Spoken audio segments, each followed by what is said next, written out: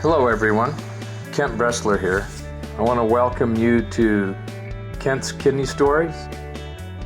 During our time together over these podcasts, I'd like to discuss kidney disease. I'd like to tell you about my journey as a transplant patient, but also talk about dialysis, kidney donation, and just about anything else that might be of interest. Kent's Kidney Stories, podcast endorsed and sponsored by kidneysolutions.org.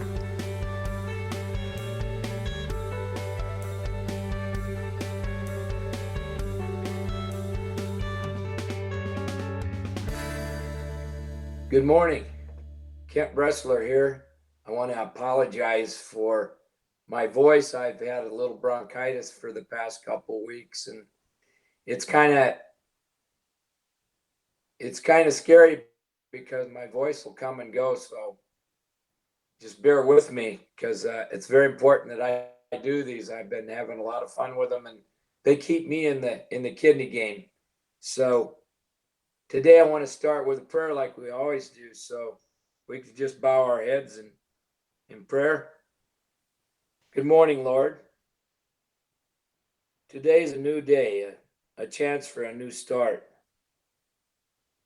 Yesterday's gone, and with it go many regrets and maybe mistakes or failures that I've experienced and others have experienced. It's a good day, though, to be glad and give thanks, and I do give thanks, Lord. Thank you for today, a new opportunity to love, to give, and be all that you want us to be. We ask for your guidance and your assistance in this troubled time, for we know you have the answers. We ask it in your name, Lord. Amen.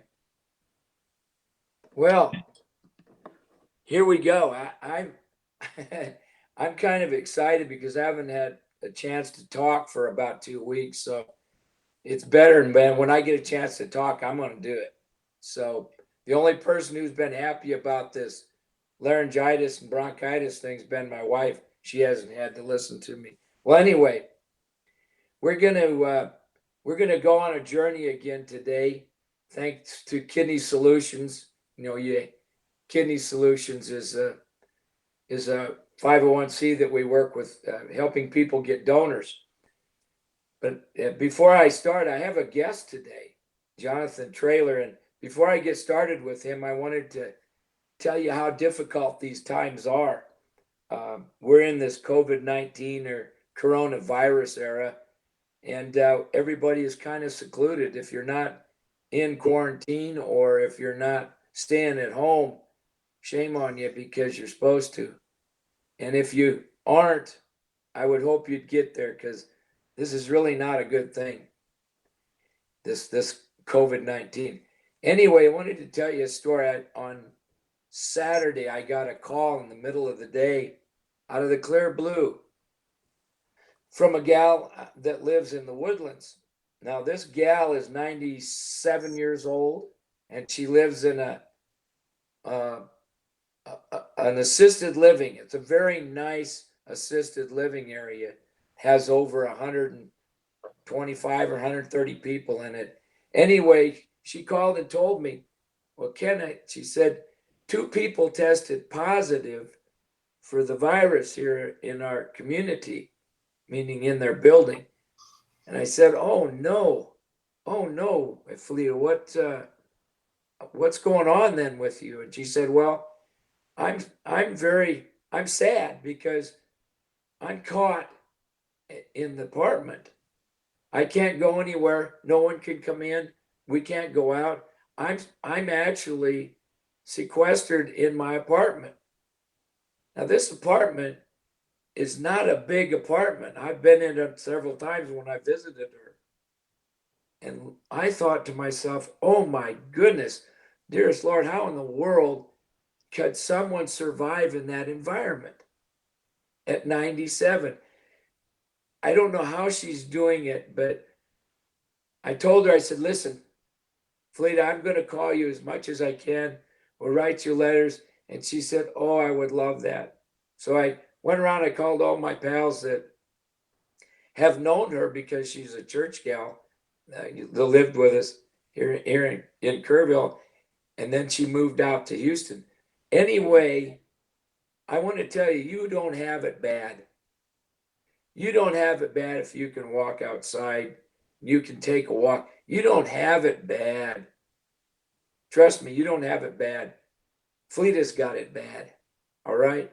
So your prayers, if you get a chance, just say, Lord, will you take care of Fleeta and make this go away so that she can have some freedom to move about. And I think about her and the thousands of elderly folks that are in institutions like this, or they're not institutions, that in apartment complexes, wherever, that are secluded now. They have nothing. So count your blessings, folks. Seek somebody out and help them. This is a time that we all have to be together. We can't. We just can't be selfish here. Because if you are, you're missing the boat. Well, anyway, with that, bless you, Fleeta. I know you're going to listen to this. You've listened to all of these podcasts.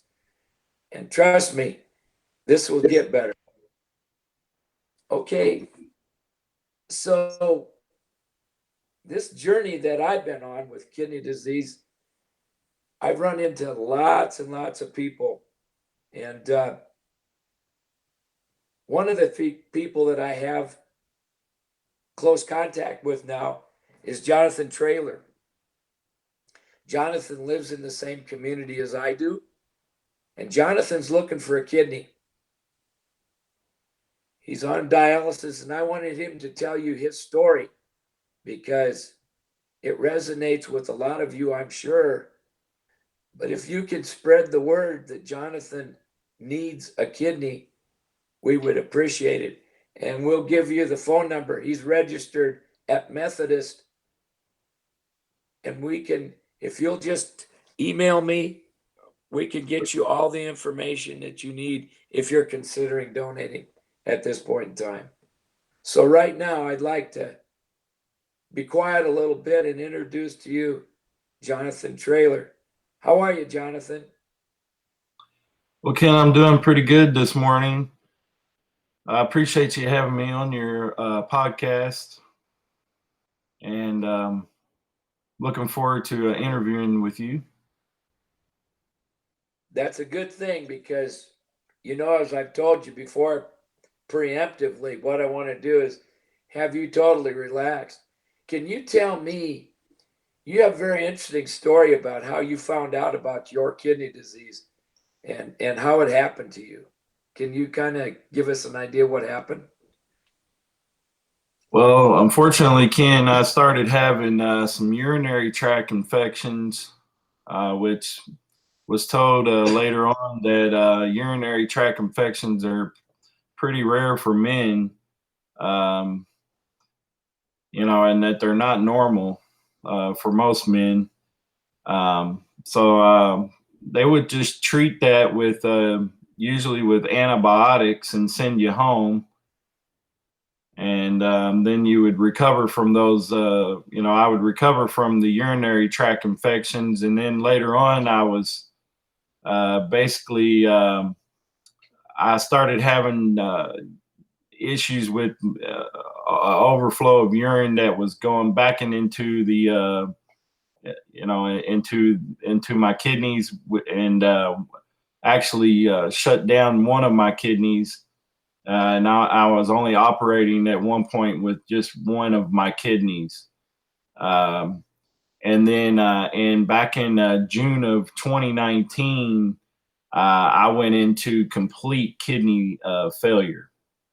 As a matter of fact, it was July 8th was the complete kidney failure. I had been sick and thought I was fighting like flu symptoms, and I was stuck in the bed. And my wife was begging me. I was being a stubborn husband at the time, and my wife was begging me to go to the emergency room. I kept telling her I would be okay, and one thing led to another. I tried to get out of the bed, And at one point, I just could not even get out of the bed. I actually fell on the floor, and my teenage son and my wife had to help me, actually assist me get back in the bed. And from that point, I knew that I knew there was something wrong. And anyway, my story's long. I'll give you the more, I guess, of the short end. But anyway, we called 911 at that point, and I got to Peterson Hospital here in Kerrville, and they ran the blood work and found out that I was in complete kidney failure. And of course, Sid Peterson doesn't have a dialysis ward to be able to treat that. So they had to put me on a helicopter and staff flight me immediately to Methodist, Maine, in San Antonio. And of course, as soon as I got there, I had never flown on a helicopter before in my life. And so that was very interesting because, I didn't even have, I wasn't nervous at all. It was like God had given me peace over it. And I was able to just, float right along all the way there, and didn't have any anxiety or anything. But anyway, as soon as they wheeled me in there into the emergency room, I remember the emergency room physician saying, "Oh boy, we better grab the crash cart." Um, I didn't know this, but my potassium level was so high because of the kidney failure that my potassium level caused my heart to go into a bad rhythm. Um, and Yep. I had a cardio episode that they had to actually at the point after the doctor had said grab the crash cart, I blacked out. And from that point, I went into a cardio episode, and they had to shock me and bring me back. And You actually died. yeah, yeah. Yeah, When really. I actually came to, this was like 3 days later in the ICU. I had been on dialysis on the machine. My wife said I was on the machine for like 6 hours at a time. Um, my wife and my kids were really distraught at the time. They were really praying for me. First of all, I want to say that we're a family of faith and we are believers. And without that faith, I wouldn't be here right now doing the interview with you, Kent. So there's not a doubt in my mind that faith, hope, and prayers in the good Lord is what brought me through that whole ordeal. And anyway, I woke up 3 days later, basically strapped to a bed, and I had every kind of tube and line coming out of me, basically keeping me alive. And um, long story short, the kidney failure, I immediately had to go on dialysis. So, um, I didn't realize at the time because I hadn't been going to the doctors and I hadn't really been taking it as serious as what I should have. And because of that, probably a simple blood test would have helped me out a lot. But at the time, I thought it was going to go away, or I thought I was going to get better on my own. Prior to being sick, I didn't have a whole lot of symptoms other than the urinary tract infections, and I did have hypertension and type 2 diabetes, and that's one of the major factors of what caused my kidneys to fail was not properly managing type 2 diabetes and hypertension, which both were, family history things, things that I acquired, mom, grandparents, father, all of them have hypertension and all of them were type 2 diabetic. And Well, so, Jonathan, Jonathan, you're telling the story that's quite common amongst all people, especially ones that don't understand about making sure they get to see a physician, doing the things they need to do to stay healthy. And that's Yeah. not to fault you, because when you're young, you just feel like it's okay. Everything's going to work out. And Yes. sickness comes over you, and you're not in the medical field. You don't know what it's all about unless you have a really strong physician connection. You're going to struggle and suffer like you did. And so don't beat yourself up. This story is fantastic because there are a lot of people out there that are right now going through what you went through. What Yes. an amazing story. So I strongly urge, if you are having any symptoms at all of like urinary tract infections, or you're having any kind of foamy urine or anything like that, I would definitely seek out a medical. Reach out to your primary care and try to get in and speak with the nephrologist, because foamy urine is not normal, and things like that are not normal, and those are things that I was ignoring. I was ignoring that, and those are symptoms that something is definitely going on. Something's wrong, and those symptoms are not going to go away.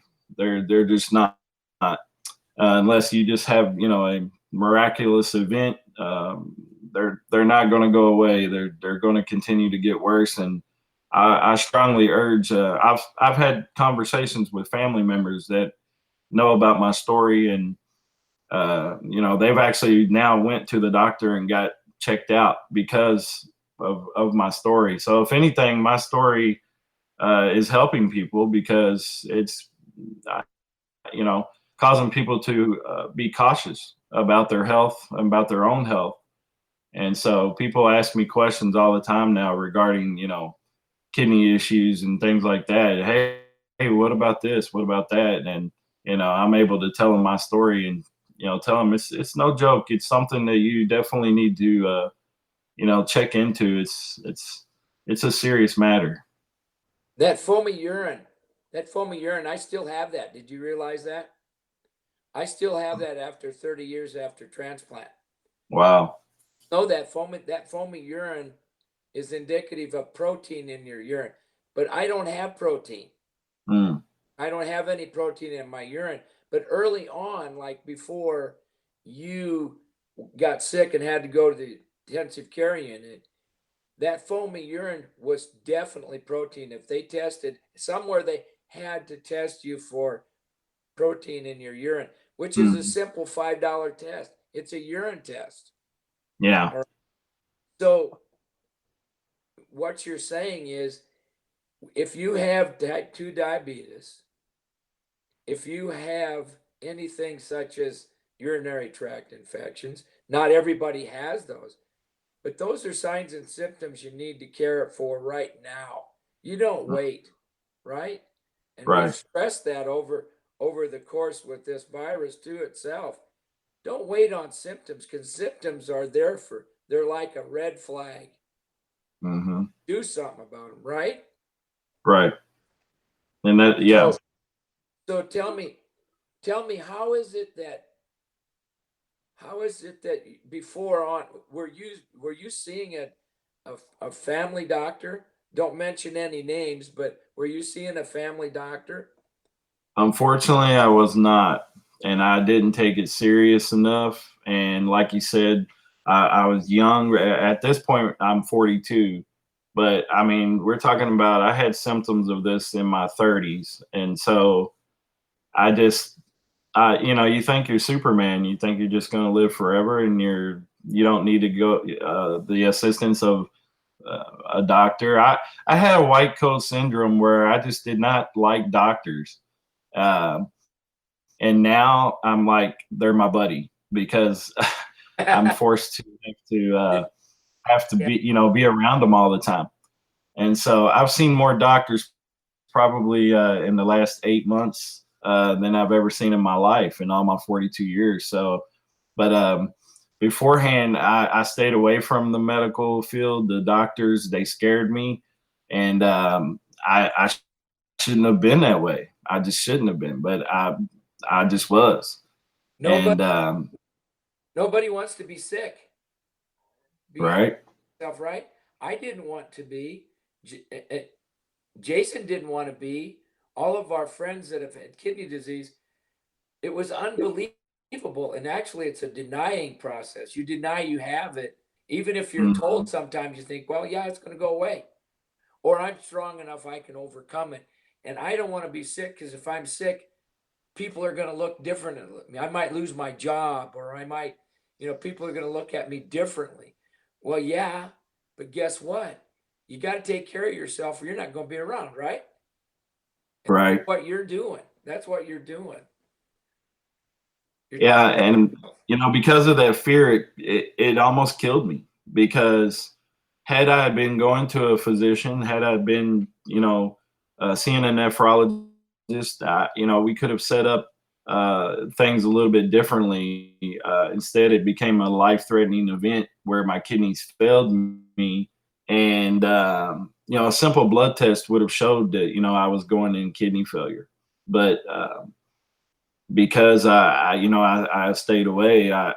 We could have set up, but instead it was just a life threatening event that happened, with my potassium becoming way high, and you know so then I ended up having to have the catheter installed in my chest for the dialysis treatment, and Yes, that yes, central line they put in your chest, the permacath, is actually kind of a dangerous thing in all in itself, sure, because absolutely.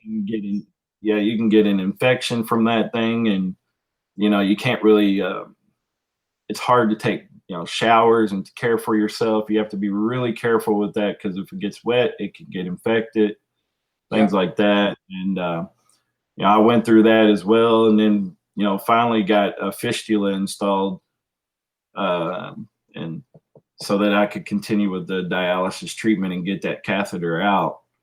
But that uh, those type of things, that I wouldn't have probably had to have that catheter installed had I been going to a nephrologist, and things like Right. that. My vascular surgeon that installed the fistula told me that I did everything backwards. uh, Yeah. so because we could have they could have put things into steps that would have set me up for dialysis treatment, and I went the hard way. And unfortunately, because I was stubborn and wasn't I wasn't taking kidney disease serious, and all the symptoms and signs were there, but because I wasn't taking it serious. So if anything from this interview, I'm hoping if someone's listening out there and they're having any symptoms at all, maybe my story will help them overcome their fear, and they'll go get checked out. There, this story, this story is definitely beneficial. I hope that people listen to this, and they will, and we'll encourage other people to listen to this. But I want to tell you something, that this is not something that is unique to you. You're not the only one that's experienced this. This acute kidney, it's not actually acute, but they had to use that catheter in your chest because they had no other route to do it. You would have died had you not had that put in. So you have to take the good with the bad. And fortunately for us, your outcome was excellent. And I think that's the way the Lord has worked with you, is to allowed you to stay here to help others. Now let's talk about something real important. Really, really important. You need a kidney, okay? Right? You need a Yes, kidney. And yes, sir. I don't I don't want to I don't want to limit the chance that somebody might do this, but if anyone out there that gets to listen to this knows of anyone, or if they want to do it themselves, please, please, please get a hold of us at Kidney Solutions, and get a hold of Jonathan, so that we can get him a kidney. And he's asking for the Lord's mercy here, and he's hoping that someone will come forward. And that's what we want. Jonathan, tell me what's the most important thing to you with your life now, with two teenage kids. What's the most important thing to you right now? Most important thing to me right now is family and time with my family. Uh, I'm like I said, I'm 42 and I'm married for 18 years, soon to be 19 years, and I have a son who's a senior at Tybee. He's 17 years old, and I have a daughter that's a sophomore at Tybee. She's 15. She'll be 16 on the 1st of April. And right now, the most important thing with me is that I'm still around and able to stick around for those two children, to continue to watch them, grow and develop into fine young adults, and and then to be a husband also to my wife, Melissa, and to continue to just be there, as a means of support, and just to be there for them. So right now, that's my main goal, and the most important thing I think is for me is time with them. And so right Exactly. now, the only way I get that is with the dialysis treatment, is what's uh, that and the good Lord. But right now, the physical part to keep me here is with dialysis treatment 3 times a week, and that's what's keeping me alive right now, is that. And so uh, if I was to receive a kidney, then the dialysis treatment would go away, and and it would make things a lot more stable as far as life expectancy. It would give you new life. And let's be honest, that's what you want. That's what you're asking for. And Right. nothing, that's nothing. That's a small part. Someone out there is going to step forward, Jonathan. They're there. The Lord's going to send them to you. And you know that. We've talked about this before. Oh yeah. I want to tell you, your story resonates and is very important. And I hope that we can get this out to a lot of people. I know that you're on the Kidney Solution website. I know that your story is on Facebook. I know it's on Instagram. Amanda's put it up and out there for everybody to look at. So all they have to do is go to kidneysolutions.org, or friend us on Facebook and look at your story. It's fantastic. But I want to make sure today that I give you every opportunity to say whatever it is that you want, because we're about to close off here. So, is there anything that you want to share with our listeners? Uh, I would just say that I'm looking for a kidney, and I really feel like that my kidney's out there, and I think it's in the Lord's hands, and I believe that that person's out there, and at the right time they'll step forward. And if they feel in their heart that they would like to be my donor, definitely don't hesitate to reach out to Kent at Kidney Solutions. And if you have any questions at all, you can speak with them. Um, and I'm looking for someone to be my hero, that wants to step up Absolutely. and be forever a part of me. And it would definitely be a life changer for me. Dialysis is not easy. It is not an easy. A lot of people think, oh well, I know people that go to dialysis, and they've lived a long time on dialysis. It's not easy. It's not an easy life. Dialysis is tough. It can, one treatment, everything will go great, and the next treatment, you could have a lot of different side effects. The side effects are sometimes rough. A lot of times I leave there really drained, tired. My kids try to have conversations with me after dialysis, and it's tough to maintain. You're sometimes you just want to be alone and don't want to be bothered. After dialysis, um, it's a tough life. Living on dialysis is a tough life. Anybody that says it's easy, they're lying to you. It's not easy. I do hemodialysis, so I get stuck with needles every time I go. Um, and if you have a fear of needles, you have to get over those pretty quickly because it's every couple of days. I'm on TTS, which is Tuesday, Thursday, Saturday, and you're stuck on that schedule. Um, which I may be going into a home hemodialysis, which is a whole different thing.